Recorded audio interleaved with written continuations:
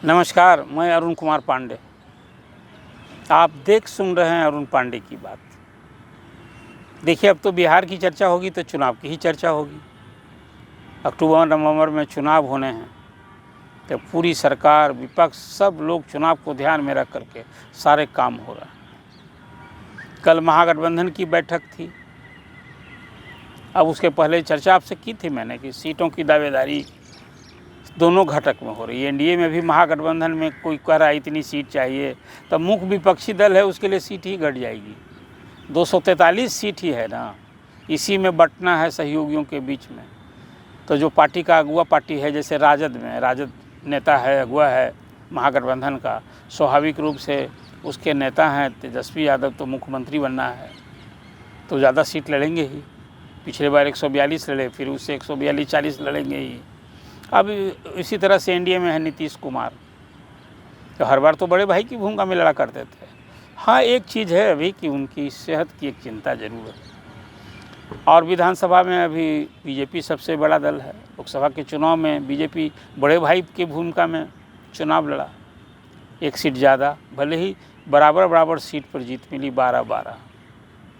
तो चलिए, इस सीट की बंटवारे की तो चर्चा बाद में होगी, आगे भी होगी, अगली चर्चा में करेंगे।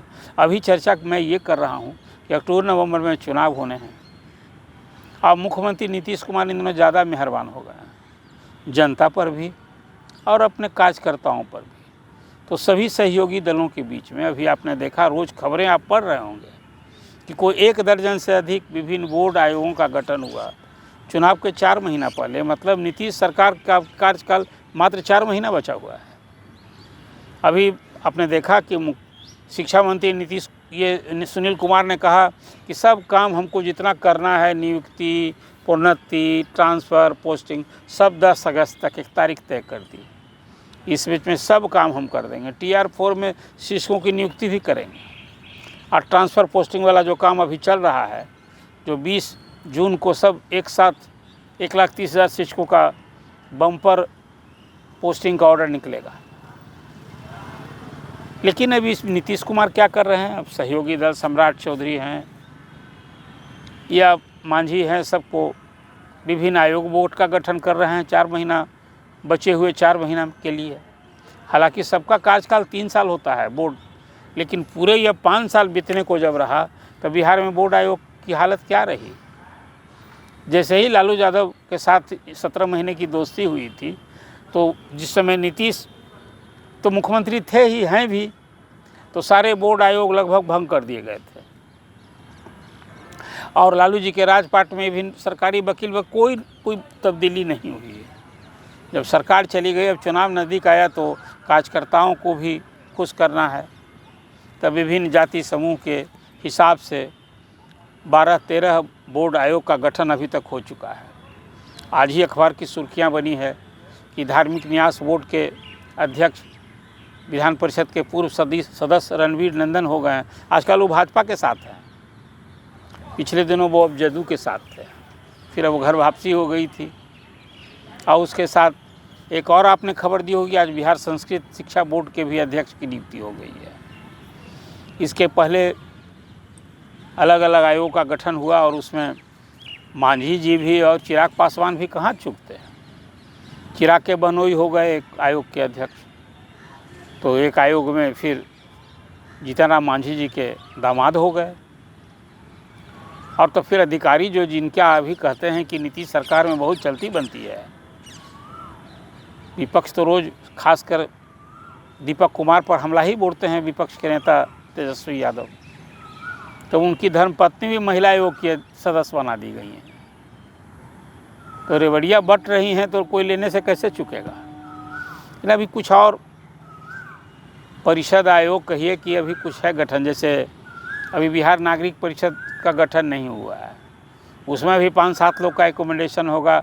राज्य मंत्री, उप मंत्री की दर्जा, सुविधा, सरकारी सुविधा मिलेगी। आखिर सरकारी खजाने में पैसे तो आपके हैं ना, सरकार की गाढ़ी कमाई जो कर्ज के द्वारा वसूली होती है, बट रही है रेवड़ियाँ।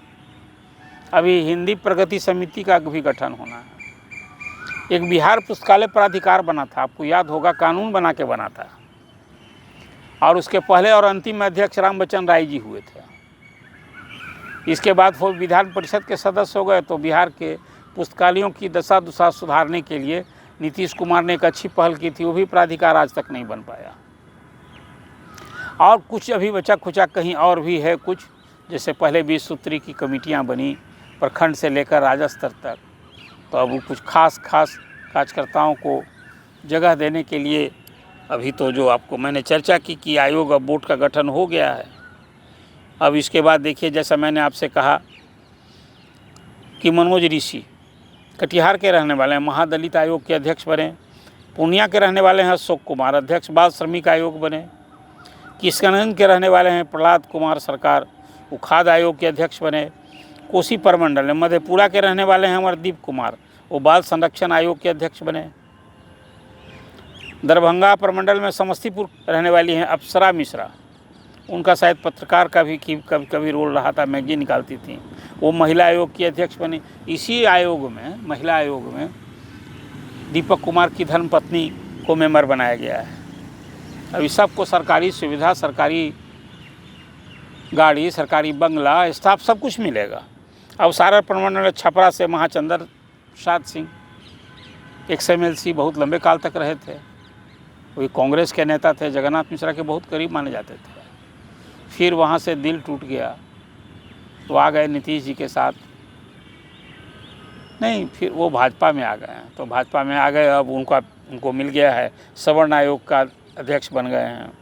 नालंदा के नवीन आर्य जी का तो नाम सुने ही हैं आप लोग, वो जदयू के नेता हैं, अध्यक्ष पिछड़ा वर्ग आयोग के अध्यक्ष बने हैं। मृणाल पासवान चिराग पासवान के बहन हुई हैं, वो अनुसूचित जाति आयोग के अध्यक्ष बने हैं। पश्चिम चंपारण के शैलेंद्र गढ़वाल अनुसूचित जनजाति आयोग के अध्यक्ष बने हैं। गुलाम रसूल बलियावी, कहने के लिए तो कहते हैं वो उत्तर प्रदेश के रहने वाले हैं, लेकिन बिहार की राजनीति करते हैं। कभी वो रामविलास पासवान के चहेता थे, और फिर वो नीतीश जी के भी राज्यसभा के मेंबर बने, काउंसिल के मेंबर बने। अब उन्हें फिर एक कुर्सी मिल गई, अध्यक्ष अल्पसंख्यक आयोग। मदरसा बोर्ड का भी गठन हो गया है। सारण के रहने वाले हैं सलीम परवेज, वो उसके अध्यक्ष बने हैं। अभी शिया और सुन्नी वक्फ बोर्ड भी है यहाँ, उसका भी गठन होगा। तो 4 महीना पहले चुनाव को ध्यान में रखकर प्रमुख राजनीतिक चेहरे को, हाँ इसका एक खास और महत्व होगा कि जिसको अब टिकट नहीं मिलना है, चुनाव नहीं लड़ना है, वैसे सारे लोगों को इन्हीं बोर्ड आयोग में सबको जगह दी गई है। एक ही संदेश ज़रूर है, एक टिकट तो सब दल में सीमित न है, सीटें सीमित हैं। कोई 243 सीट के लिए न एनडीए में कोई अकेले लड़ने वाला है और न महागठबंधन में, तो सत्तारूढ़ पार्टी है, तो इसमें प्रमुख कार्यकर्ताओं को, प्रमुख चेहरों को अभी बोर्ड आयोग में जगह दी गई है। कल ही आपने देखा होगा, बरसों से लंबित मांग थी, मुख्यमंत्री ने कल पंचायत निकायों के सभी निर्वाचित प्रतिनिधि, चाहे वो जिला परिषद के अध्यक्ष, उपाध्यक्ष, वार्ड मेंबर, और चाहे मुखिया, सरपंच और सभी पंचायत स्तर तक के वार्ड सदस्य, सबकी सुविधा मिठाव, सबको जो मानदेय या वेतन मिलता है सब 1.5 गुना बढ़ा दिया है। अब मुखिया जी को 5,000 की जगह 7,500 मिलेगा। जिला अध्यक्ष, जिला परिषद के अध्यक्ष हैं, 20,000 की जगह 30,000 मिलेगा।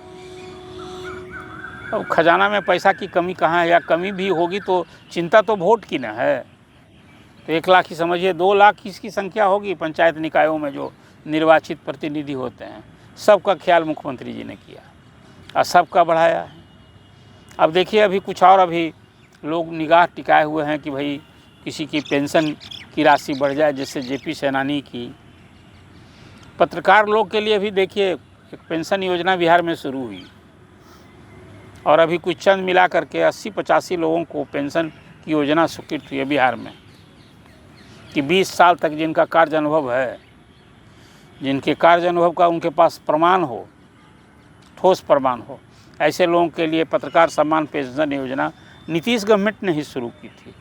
उन्हें 6,000 रुपये मिलते हैं मासिक, लेकिन महीने महीने नहीं मिलते हैं। सारे लोग उसमें 60, 65, 70, 75 की उम्र वाले लोग हैं। अभी 6,000 पेंशन के लिए भी उनको 3-4 महीने का तो वेट करना ही पड़ता है।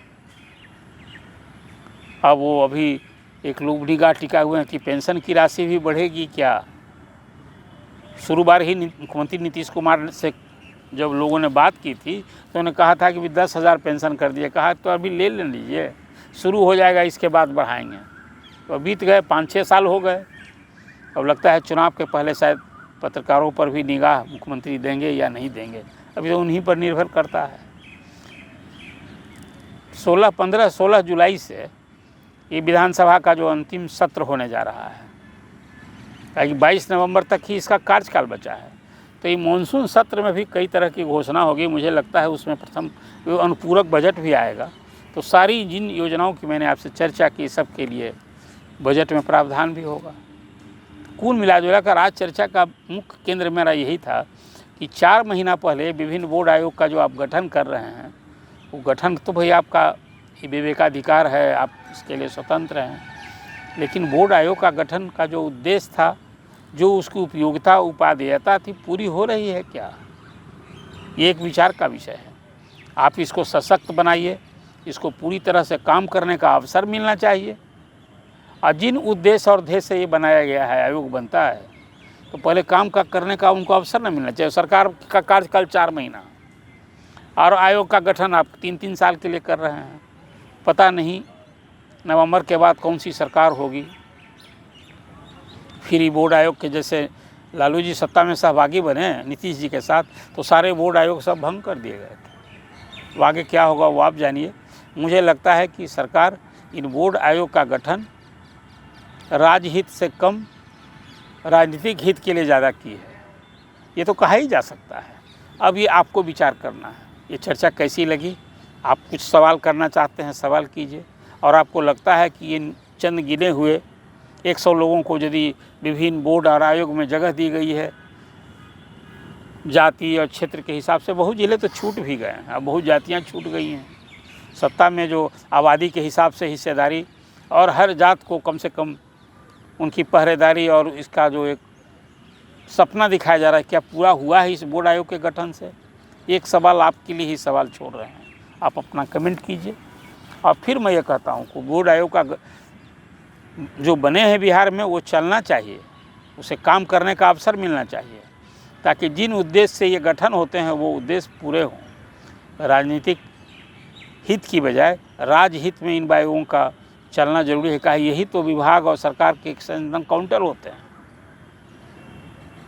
तो फिर आपसे अपेक्षा है कि इन चर्चा पर अपना कमेंट कीजिए, सुझाव दीजिए, सलाह दीजिए, सवाल कीजिए, और अरुण पांडे की बात सब्सक्राइब कीजिए। धन्यवाद।